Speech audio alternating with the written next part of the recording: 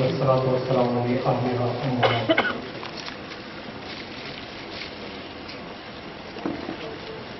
قال الله تعالى: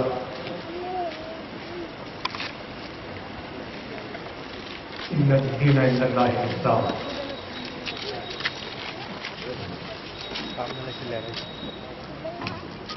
لائق پر تشریف فرما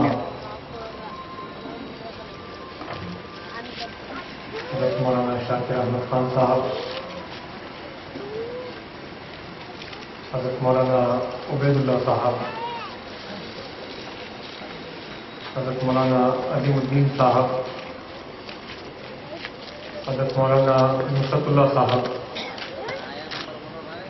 حضرت مولانا محمد نور الزمان صاحب، حضرت مولانا سید مکرم صاحب، جناب سید غفار فیاض صاحب، حافظ سید زاہد پاشا صاحب، جناب محمد فاروق صاحب، جناب عمران رفائی صاحب، جناب عبد اللہ صاحب، جناب ذل اللہ خان غوری صاحب، جناب نصر اللہ خان غوری صاحب، جناب فیاض صاحب، جناب اکرم صاحب، جناب لیاقت علی خان صاحب اور میرے دوست جناب نظام فوجدار صاحب، ہمارے دین شہر دانشوران ملت، نوجوان دوستوں، پس پردہ سننے والی محترم خواتین،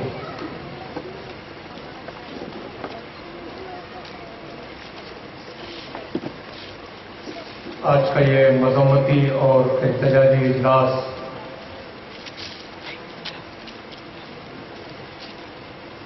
رسول اکرم صلی اللہ علیہ وسلم کی شان میں گستاخی کے خلاف منعقد کیا گیا ہے. الحمدللہ اس اجلاس کے انعقاد میں چنپٹن کے 30 سے زیادہ ادارے شامل ہیں. تمام محلوں سے، تمام علاقوں سے، تقریباً تمام مساجد سے الحمدللہ اس کے اندر نمائندگی ہوگی. اور یہ جنگ حقیر عاشقان رسالت مآب کا یہ ہجوم اس بات کی دلالت کرتا ہے کہ اس دنیا میں یہ سب کچھ برداشت کر سکتا ہے، لیکن رسول اللہ صلی اللہ علیہ وسلم کی شان میں گستاخی کو برداشت نہیں کرتا. یہ آج کا ہجوم اس بات کی دلیل ہے کہ اللہ کے رسول، آخری رسول، جس کے بعد کوئی نبی نہیں، جس کے اوپر اللہ تعالیٰ کا آخری کلام نازل ہوا، جس کی شریعت آخری شریعت، جس کا اسوہ سب کے لیے آئیڈل، جس کے ساتھ ذات سب کے لیے بابرکت، جس کا اس دنیا میں آنا بابرکت اور دنیا کا کونا کونا اس کے نور سے منور، اس کی شان اقدس میں اگر کوئی دریدہ ذہن یہ گستاخی کرتا ہے تو وہ یہ جان لے کہ اس نے معمولی کسی پیشوا کی شان میں گستاخی نہیں کی، بلکہ وہ انسانوں کا محبوب، بلکہ وہ انسانوں کا سب سے محبوب ترین شخصیت، بلکہ وہ تمام انبیاء کرام میں افضل و اکمل، بلکہ وہ کامل ترین انسان، بلکہ سب سے بڑھ کر وہ اللہ کا محبوب ہے جس کے خلاف اس نے زبان کھولنے کی ضرورت کی ہے. آج کا یہ جلسہ اس بات کی دلیل ہے کہ ہمارے اندر ایمان موجود ہے، ہمارے اندر اللہ کے رسول کی محبت موجود ہے، ہماری رگوں میں دوڑتا ہوا خون ہے، یہ مردہ جسم نہیں ہے جو کبھی گجرات کو دیکھتے ہیں، گجرات کے فسادات پر دیکھ کر آنسو بہا کر بیٹھ جاتے ہیں، جو کبھی دیکھتے ہیں یو پی کے اندر ہوئے فسادات کو دیکھتے ہیں خاموش بیٹھ جاتے ہیں، کبھی ان کے اوپر ظلم ہوتا ہے، کبھی ان کے اوپر ستم ہوتا ہے، کبھی ان کی ماؤں کی عزتیں لوٹی جاتی ہیں، لیکن یہ آنسو بہاتے ہیں، اللہ سے فریاد کرتے ہیں کہ اے اللہ تو ہی ہے جو سب کا مختار و مالک ہے، تو ہی ان کو سزا دے سکتا ہے۔ لیکن جب بات رسول اکرم صلی اللہ علیہ وسلم کی آتی ہے تو آخری خون کے قطرے تک اپنی ہم آخری خطرے تک اللہ کے رسول صلی اللہ علیہ وسلم کے دشمنوں کے خلاف آواز اٹھائیں گے، ہم تب تک دار پر اٹک جائیں گے، لیکن رسول اللہ صلی اللہ علیہ وسلم کی شان میں گستاخی کو برداشت نہیں کریں گے، ایک لفظ کو برداشت نہیں کریں گے۔ ہم پوری قوت کے ساتھ، ہم پوری طاقت کے ساتھ اپنے جسم کی، اپنے قوم کی پوری طاقت کے ساتھ پاور فل الفاظ میں اس کملہ شہوانی کی ہم مذمت کرتے ہیں۔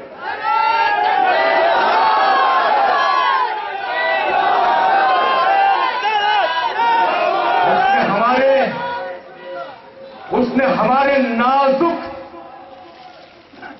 مقام اور پھر اعلی مرتبہ مقام، لطیف، پاک، مزین، طاہر و مطہر، طہارت کا متوالا، طہارت جس پر ناز کرے وہ ذات اکرم رسول اکرم صلی اللہ علیہ وسلم کی شان میں اس نے نازیبا کلمات کہے ہیں، اس کی زبان ختم ہو جائے گی، اس کے ہاتھ چل ہو جائیں گے، وہ دنیا میں بھی سزا پائے گا اور آخرت میں بھی اللہ تعالیٰ کے عذاب سے وہ بچے گا۔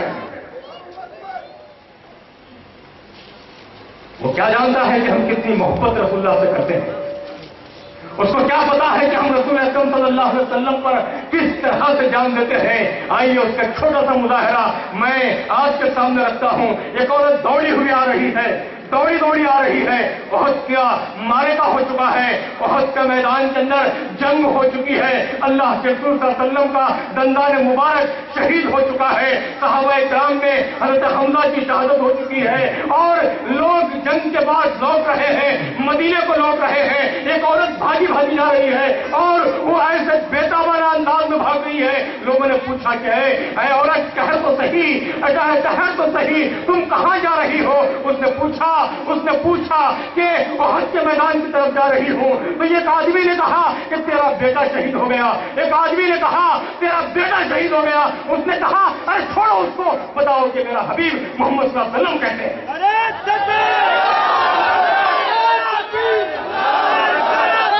لوگوں نے خبر دی کہ تیرا بیٹا شہید ہو گیا۔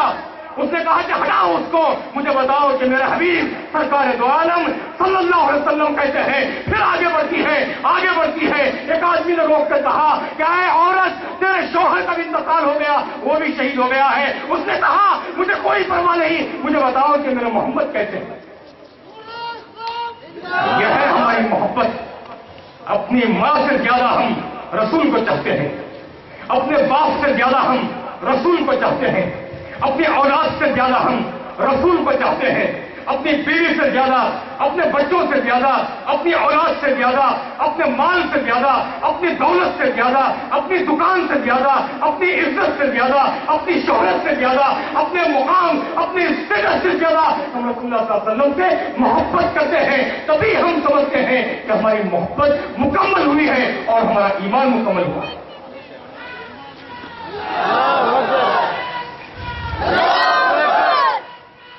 آج کے اجلاس اور اس کے پیش منظر میں لوگوں نے کہا کہ اسلام دہشت گردی کا مذہب، لوگوں نے کہا کہ اسلام کے اندر تمام چیزیں ہیں، اور اس کملیش تیواری نے ایک قدم آگے بڑھ کر کہا کہ نعوذ باللہ اسلام کے اندر بے حیائی عام ہے۔ ابھی آپ نے مولانا مقصود صاحب سے آپ نے سنا کہ اسلام کتنا با حیا مذہب ہے، اور تمہارے اندر حیا کیسی ہے؟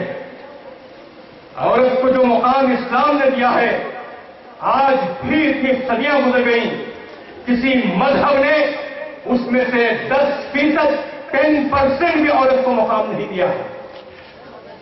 تم نے عورتوں کا مقام کہاں پر رکھا ہے؟ تم نے عورتوں کو لا کر بازاروں میں بٹھایا، تم نے عورتوں کو لا کر فیشن زدہ زندگی میں ڈالا، تم نے عورت کو ایک شو پیس بنایا، تم نے عورت کے فگر پر اپنی تجارت کی، تم نے عورت کی خوبصورتی کے اوپر اپنی دکان کو چمکایا، تم تو عورت کی عزتوں کو نیلام کرنے والے، تم ہو عورتوں کی سروں سے چادروں کو نکالنے والے، تم ہو جو اپنی عورتوں کو بے پردہ نکالنے والے، اور تم وہ ہو اگر اس کا شوہر مر جائے تو اس کو ستی پر مجبور کیا جاتا ہے۔ ہمارے اسلام نے کہا کہ عورت تمہارے پاس عورت کا مقام کیا ہے؟ آپ نے مقبول صاحب کو سنا کہ ماں کا مقام کیا ہے، عورت کا مقام کیا ہے؟ عورت کے سر پر میرے حبیب سرکار دو عالم صلی اللہ علیہ وسلم نے اس کے سر پر چادر اڑائی، اس کو اپنے قریب لگایا اور اس کو کہا کہ اے عورت، تو اگر ماں ہے تو تو جنت کا روپ ہے، اگر تو بیوی ہے تو تو اس کے بخشش کا سامان ہے، اگر تو بیٹی ہے تو اس کے لیے جنت کی ضمانت ہے۔ آپ نے عورت کو مقام دیا ہے، اور یہ بے حیا کہتا ہے، بدزبان کہتا ہے کہ میرا حبیب سرکار دو عالم صلی اللہ علیہ وسلم بداخلاق تھے۔ کاٹ کر ٹکڑے ٹکڑے کر دیے جائے، جیسا کہ ابھی مولانا نے کہا کہ 313 ٹکڑے کر کے اس کو بکھیر دیا جائے۔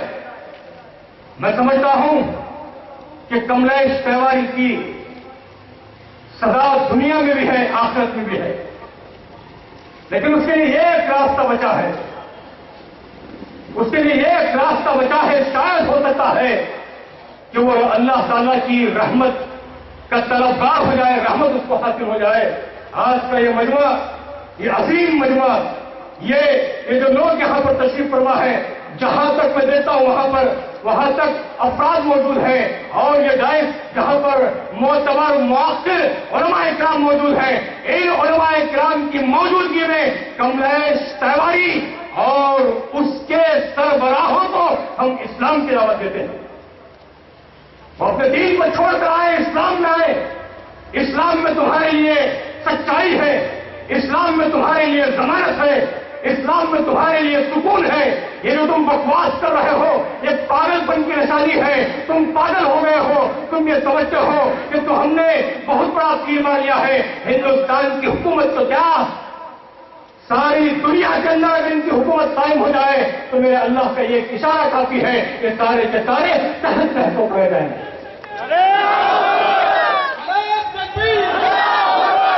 اسلام یہ سچا مذہب،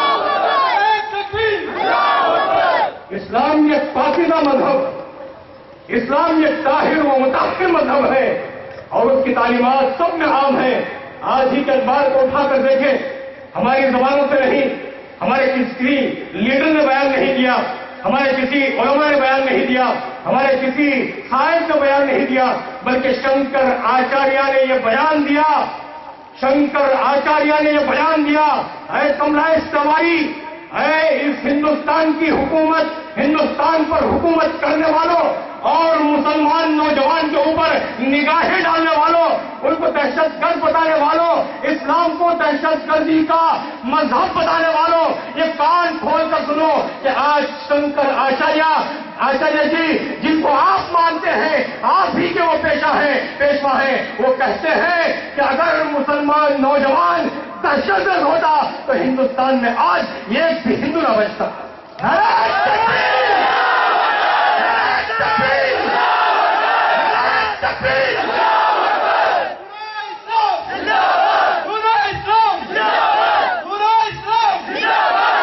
ہم خاموش ہیں، تم ہندوستان میں ہو، ہم نے تلواریں رکھ دی ہیں اپنے معیاروں میں، ہم نے سیروں کو اٹھا کر رکھ دیا، ہمارے وہ نیزے جو جنگ احد، جنگ بدر میں چلتے تھے، کربلا میں چلتے تھے، ان کو اٹھا کر ہم نے اوپر رکھا ہے، اور ہم محبت کی بات کرنے کے لیے اترے ہیں۔ اگر ہم لڑنے پر آ جائیں تو تمہیں ہندوستان سے تو کیا، تمہیں دنیا کے کونے کونے تک لے جا کر ماریں گے، لیکن ہم خاموش ہیں کیونکہ ہم مسلمان ہیں۔ ہمارا مذہب ناانصافی کی تعلیم نہیں دیتا، ہمارا مذہب لڑنے مرنے کی تعلیم نہیں دیتا۔ واٹ از دا جہاد؟ تم یہ کہتے ہو کہ اسلام کے اندر جہاد ہے. اللہ نے قرآن کے اندر ارشاد فرمایا وجادلہم باللتی ہی احسن. اچھے طریقے سے ان کے ساتھ محنت کرو، جدوجہد کرو. میرے حبیب سرکار دو عالم صلی اللہ علیہ وسلم نے جتنے غزوات میں شرکت کی ہے، جتنے سریے بھیجے ہیں، جتنی جنگیں ہوئی ہیں، وہ اٹیکنگ نہیں تھی بلکہ وہ ڈیفینسو تھی. ہم نے صرف اپنا تحفظ کیا ہے. ہم نے صرف جس نے ہم پر حملہ کیا ہے ہم نے اس کے حملے کو روکا ہے.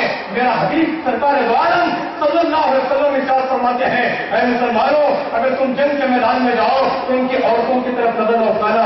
اگر تم جنگ کے میدان میں جاؤ تو بوڑھوں کو مت مارنا. اگر تم جنگ کے میدان میں جاؤ تو بچوں کو نہ ختم کرنا. اگر تم جنگ کے میدان میں جاؤ ان کے کھیتوں کو آگ نہ لگانا. اگر تم جنگ کے میدان میں جاؤ ان کے جانوروں کو نہ مارنا. اگر تم جنگ کے میدان میں جاؤ تو ان کے گھروں کو آگ نہ لگانا. آج کیا ہو رہا ہے جا کر دیکھیے. شام کے اندر کیا ہو رہا ہے، عراق کے اندر کیا کیا ہے، تم نے افغانستان کے اندر کیا کیا ہے. آج بھی تم ہندوستان کے اندر دادری کے اندر کیا کیا ہے، اور دوسرے ایسے مقامات پر تم نے کیا کیا ہے. ارے دہشت گرد تو تم ہو اور امن کے پیغامبر ہم مسلمان ہیں.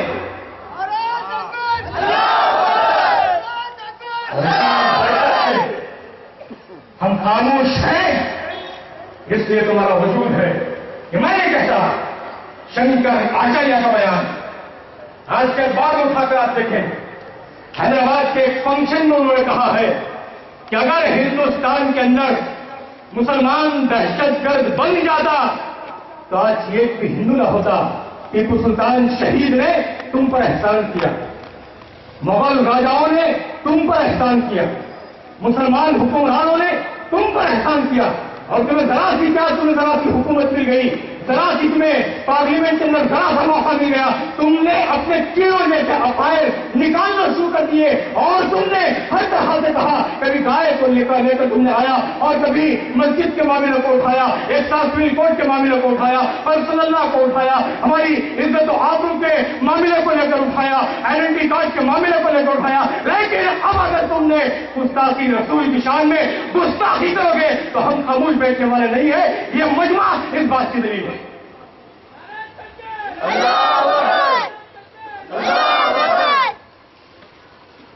آج میں اس معتبر اور مؤثر پلیٹ فارم سے میں آپ حضرات کے سامنے یہ عرض کرتا ہوں کہ جو گستاخی ہوئی، گستاخی کرنے والا جہنمی، اس کے لیے دنیاوی جہنم، آخرت بھی جہنم.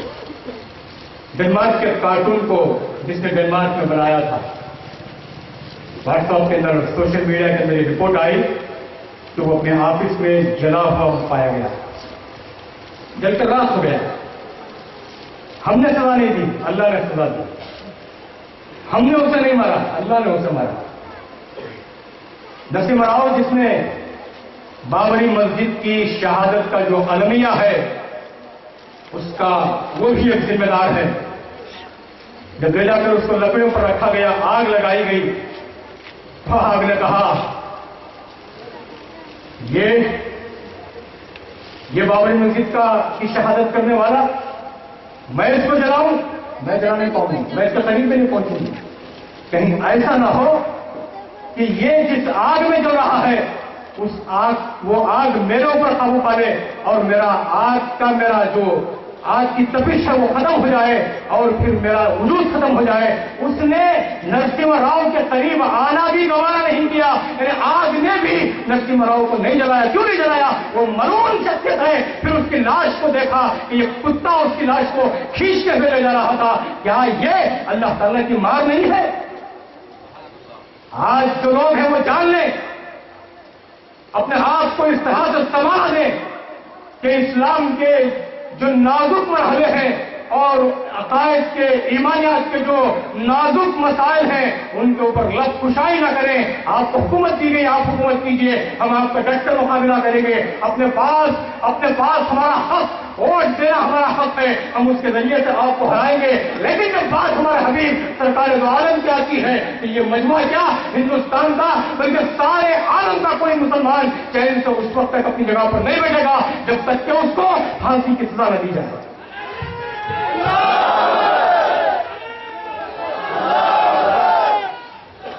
آج ہم کہتے ہیں کہ مجھ کو جی بھر کے ستا لیں شوق سے, مجھ کو جی بھر کے ستا لیں شوق سے, میں نہ کھولوں گا خلاف حق زبان. خدا خود جن کو دے اپنی رضامندی کا پروانہ, خدا خود جن کو دے اپنی رضامندی کا پروانہ. گڑھا کرتے ہیں کچھ نادان انہیں پر اپنا افسانہ.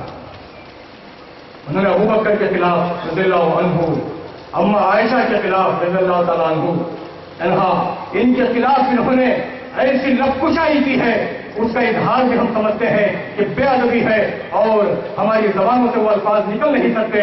لیکن حکومت جو آج خاموش بیٹھی ہے اس کو چاہیے کہ وہ اپنے لب اٹھا کرے, اپنی آنکھوں کو کھولے, اپنے کانوں کو کھولے اور دیکھیں گے احتجاجوں کو دیکھیے کہ ملک کے چپے چپے میں ہزاروں کی لاکھوں کی تعداد میں منائے جا رہے ہیں. ان کو دیکھ کر وہ اس بات سے سبق حاصل کرے اور پھر اس کملیش تیواری کو سخت سے سخت سزا دی جائے تاکہ ہمیں اس بات کا اندازہ ہو جائے کہ یہ حکومت ہمارے ساتھ عدل و انصاف کر سکتی ہے. بہرحال جیسا کہ میں نے کہا کہ کوئی تقریر کا موقع نہیں ہے, میں نے اپنے گھروں میں نے آپ کے سامنے کہا ہے, میں آپ تمام ہی علماء کرام کا فردن مولانا شاکر احمد خان صاحب, مولانا عبید اللہ صاحب, مولانا عظیم الدین صاحب, مولانا نصرت اللہ صاحب, مولانا محمد نور الزما صاحب, مولانا سید مکرم صاحب اور حافظ سید صاحب پاشا صاحب اور دیگر تمام جتنے بھی کمیٹی کے ممبران ہیں, صدر ہیں, صدور ہیں, سیکرٹری ہیں, ان کا میں بدتمی میں قلب شکریہ ادا کرتا ہوں کہ آپ نے اپنا تعاون فرما کر یہاں پر تشریف لائے اور رونق اسٹیج پہ اور ہمارے اجلاس کو دوبارہ آپ نے کر دیا ہے. اپنے بیانات سے, اپنے خطابات سے, اپنی موجودگی سے اور اپنی برکت سے آپ نے ہمارے جلسے کو بارمار کر دیا ہے. ہم نے تمام کو دعوت نامے بھیجے تھے الحمدللہ, اور تقریباً حضرات یہاں پر انجمن نظریہ کے صدر بھی یہاں پر تشریف فرما ہے اور دوسرے تمام ہماری جتنی بھی کمیٹیاں ہیں وہ تمام کے صدر سیکرٹری بھی تشریف فرما ہے. ان کا بھی میں شکریہ ادا کرتا ہوں. اور جیسا کہ آپ نے بار بار سنا, تقریباً سبھی حضرات نے یہ کہا ہے کہ جمعہ کے دن اسی احتجاجی سلسلے کا ایک اور کڑی جو جلوس کی شکل میں ہوگی, جو حضرت عاقل شاہی درگاہ سے نکلے گا اور پھر ہم ملاقات کریں گے. جو ہو سکتا ہے تو اسی طرح سے مدینہ چوک اور نظامی چوک ہوتے ہوئے تعلقات کے ساتھ جائیں گے. تو میں آپ تمام حضرات کو سے گزارش بھی کروں گا اور بحیثیت مرشد میں آپ حضرات کو یہ حکم بھی دوں گا کہ آپ اس اجلاس میں ضرور سے شرکت کریں. ایسے اجلاس میں ہم کوئی آج کل ہمارے مسلمان کے اندر جو ہے بہت سیاست آ گئی ہے اور سیاست میں ایسی کہ بعض دفعہ جو ہے ہم اپنے گھر میں بھی سیاست کر جاتے ہیں. اتنے زبردست پالیٹیشین ہو گئے ہم کہ اپنے گھر کے اندر بھی سیاست کرتے ہیں, اپنے بیوی کے ساتھ, اپنی ماں کے ساتھ, اپنے بچوں کے ساتھ. لیکن یہ معاملہ سیاست کا نہیں ہے, یہ معاملہ ہماری روح کا ہے. یہ جو ہم حرکت کر رہے ہیں, یہ جو میں ہاتھ اٹھا رہا ہوں, یہ کس کی برکت ہے؟ رسول پاک صلی اللہ علیہ وسلم کی برکت. یہ میں جو زبان کھول رہا ہوں کس کی وجہ سے؟ رسول اللہ صلی اللہ علیہ وسلم کی وجہ سے. یہ جو میں چل پھر رہا ہوں, آپ چل پھر رہے ہیں, کس کی وجہ سے؟ جیسا کہ آپ نے مولانا سے سنا کہ نولاد اے محمد اگر تو نہ ہوتا تو میں کائنات کا بنائے ہوتے, کوئی ضرورت نہیں تھی مجھے. رسول اللہ صلی اللہ علیہ وسلم کی وجہ سے ہمارا وجود آیا ہے. سمجھنا چاہیے کہ یہ جو روح ہمارے جسم میں ہے, یہ روح کی مانند رسول اکرم صلی اللہ علیہ وسلم کی محبت سے جہاں بھی آپ رسول اللہ کا نام سنیں آپ وہاں پر پہنچے. آپ کا پہنچنا عبادت ہے, آپ کو وہاں پر شریک ہونا عبادت ہے. کیونکہ اللہ کے رسول صلی اللہ علیہ وسلم نے ارشاد فرمایا ایک موقع پر مدینے کے اندر ایک یہودی کعب بن اشرف جس کا نام تھا، اس نے اپنی زبان سے، اپنی عالمانہ زبان سے اس نے رسول اللہ صلی اللہ علیہ وسلم کی ایذا پہنچایا کرتا تھا اور رسول اللہ صلی اللہ علیہ وسلم کی شان میں وہ گستاخی کیا کرتا تھا۔ تو ایک موقع پر اللہ کے رسول صلی اللہ علیہ وسلم نے ارشاد فرمایا کہ کون ہے جو مجھے کعب بن اشرف کی ایذا سے نجات دلائے؟ کون کہہ رہا ہے؟ جس کے اشارے پر زمین و آسمان ہے، جس کے اشارے پر سمندر و دریا ہے، جس کے اشارے پر ایک چاند نکلتا ہے، جس کے اشارے پر سمندر سورج ڈوبتا ہے، اور جس کے بارے میں آتا ہے حدیث پاک میں آیا ہے کہ قیامت بروز حشر اللہ تعالیٰ یہ فرمائیں گے، اور جب تمام لوگ، تمام انبیاء کرام جنتوں کے اندر ان کا داخلہ ہوتا رہے گا، اللہ کے رسول صلی اللہ علیہ وسلم جنت کے دروازے پر کھڑے رہیں گے، اللہ تعالیٰ پوچھیں گے اے میرے حبیب تم باہر کیوں کھڑے ہو؟ جس کے لیے مکان سجایا ہے تم خود باہر ہو، تم اندر تشریف لے جاؤ۔ تو اللہ کے رسول صلی اللہ علیہ وسلم کہتے ہیں کہ یہ ایک میری دعا ہے، ایک میری التجا ہے، اے اللہ اس کو قبول کر لے، میں جنت میں داخل ہو جاؤں گا۔ اللہ پوچھیں گے کہ کیا ہے؟ تو رسول اللہ بتائیں گے کہ میری امت کا یہ کہ فرض جب تک وہ جنت میں داخل نہ ہوگا میں داخل نہیں ہوگا۔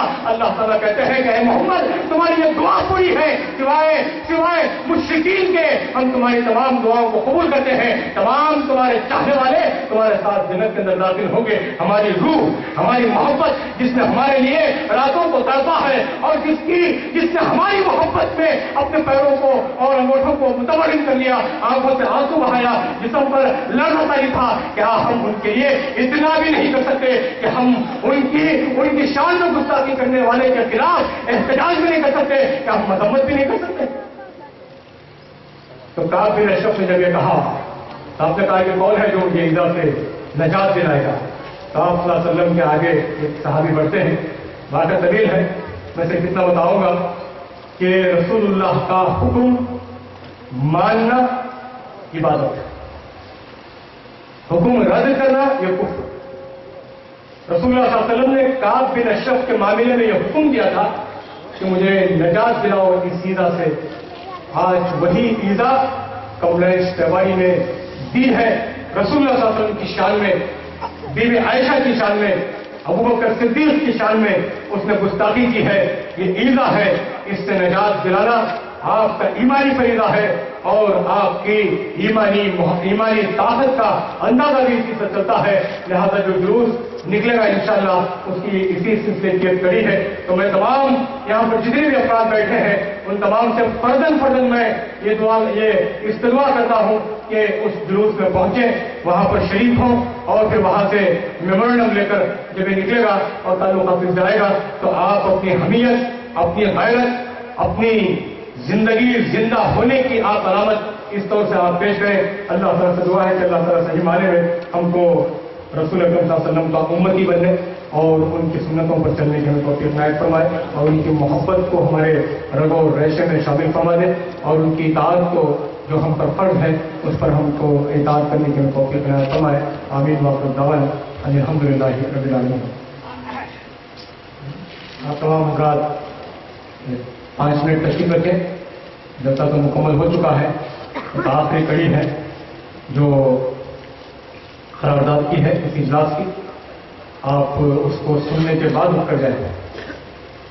یہ جلسہ رسول اللہ صلی اللہ علیہ وسلم کی شان کا جلسہ ہے، اور اس جلسے میں جو بھی ہم نے کہا ہے، کیا ہے، اس کا نچوڑ آپ کے سامنے آ رہا ہے، لہذا اس کے قرارداد پیش کی جائے گی، اور جو میمورنڈم ہم نے تیار کیا ہے یہاں پر تمام قائدین کے اور علماء کرام کے ہم نے دستخط حاصل کیے ہیں۔